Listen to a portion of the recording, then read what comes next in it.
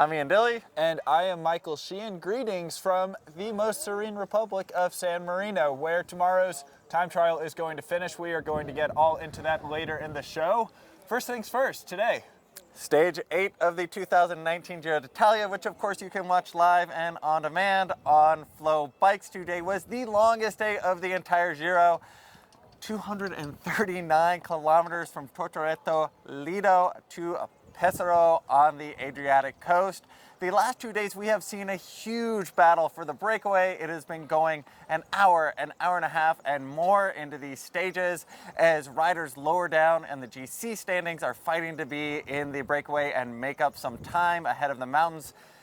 We were expecting a similar battle today, but not so much. Not so much. We saw an early breakaway roll without really any resistance. It was Damiano Cima of Nippo Vini Fantini, Marco Fraporti, our good friend who is the consummate breakaway rider of the Giro d'Italia, riding for Androni Giaccoli, and Nate Brown of EF Education First. Nate, however, decided better against Nate. He didn't have any interest really. We're gonna talk to Nate. Yeah. We're gonna get the story behind why he decided not to be in this break.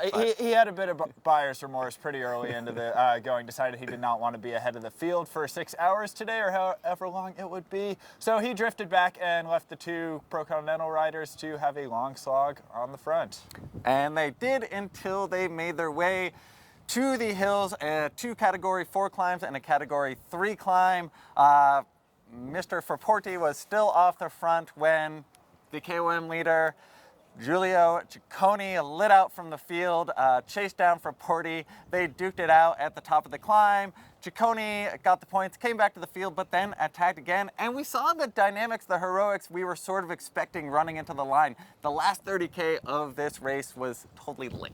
Yeah, really thanks to Giulio Ciccone. I think that he may have had a little bit of angst over not performing on yesterday's stage that went through his hometown. He was thoroughly motivated today, and the way he dragged himself clear of the field over the top of the final KOM of today was really incredible. He took Vervark of Sunweb and Bedard of AG2R up the road with him, and at first this looked like a really futile effort. The field was not giving them much leash, but they just forced it until they had nearly a minute, really, with about 20 kilometers to go, and it was the sprint trains who were wise to the threat.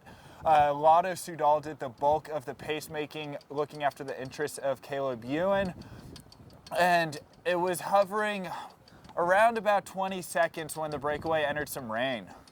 And then Thomas de Gendt came to the fore and shut it down along with Bora Hansgrohe. We also saw the GC teams getting up in the mix. There was an extremely technical descent in the last 8 to 4 kilometers, twisty turning, running down to the line in Pesaro.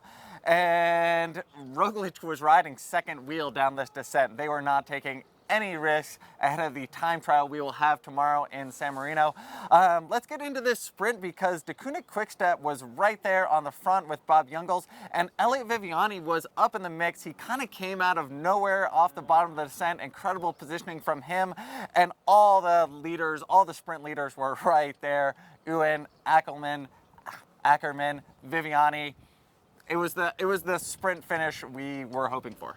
Yeah, it was really the GC teams in their battle to protect their riders on this tricky little descent into the finish that spelled doom for the breakaway. And the sprint teams had been chasing so hard prior to that the sprinters were left without much support. Ackerman had a couple teammates. It was really Elia Viviani's Deceuninck Quickstep team who had the most numbers in the finale. Strangely, Viviani just was not quite on their wheel. He has not really seemed to be on his rhythm ever since he had that relegation earlier in the week. Quickstep had it strung out into the last corner. It was Ackerman who then took over and let out the sprint early. Viviani was still just drifting behind, and Caleb Ewan just stole the show from everybody. He had absolutely no team support left in the final 5 kilometers due to the efforts his teammates made in chasing back Ciccone, but he came through for them. Yeah, a well-earned win by Ewan. He is on incredible form and has been showing so all week, has yet to bag a win yet, and yeah, extremely happy at the line obviously. And yeah, more sprint battles to come out of this group of incredible sprinters here at the Giro. But tomorrow, the GC battle, I would say, resumes, but also sort of takes off. We're going to see who the pretenders are and who the contenders are in this 34.8 kilometer time trial from the shore in Ciccone up here to the top of a mountain where we are now standing. Yeah, it is a brute of a time trial. It is 22 kilometers of just a drag inland from the coast in Ciccone. Then they hit the bottom of this climb up to San Marino. It is a 12-kilometer long climb. It averages 6.5% in gradient, but that does not do this climb justice.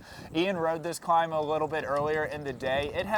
It just pitches and pitches. Tell us a little bit about it. Yeah, the 6.5% average gradient of this climb definitely does not do it justice. You come at this climb with like a 2%, 3% drag for about 3 miles before it really kicks up steeply at 11%. And then there are just gradients between 8 and 11% that alternate between false flats and downhills. So it's not like a gradual 4 to 5%, 6% gradient that rides well on a TT bike. It is an undulating, difficult course, pitchy, hard, and is going to make for a super dynamic race tomorrow. And give it to the Giro, totally unpredictable.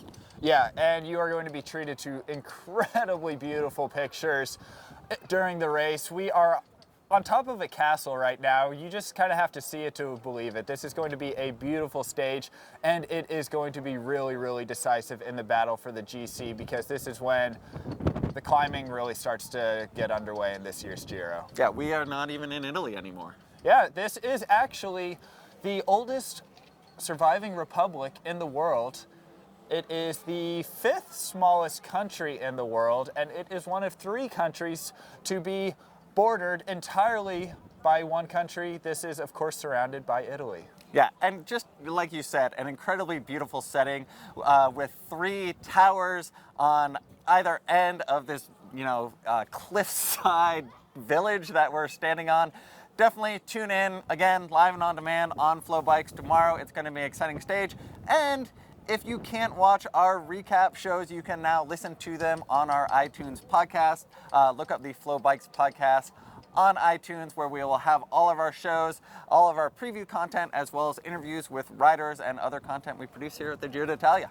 Thank you for tuning in. We'll see you tomorrow.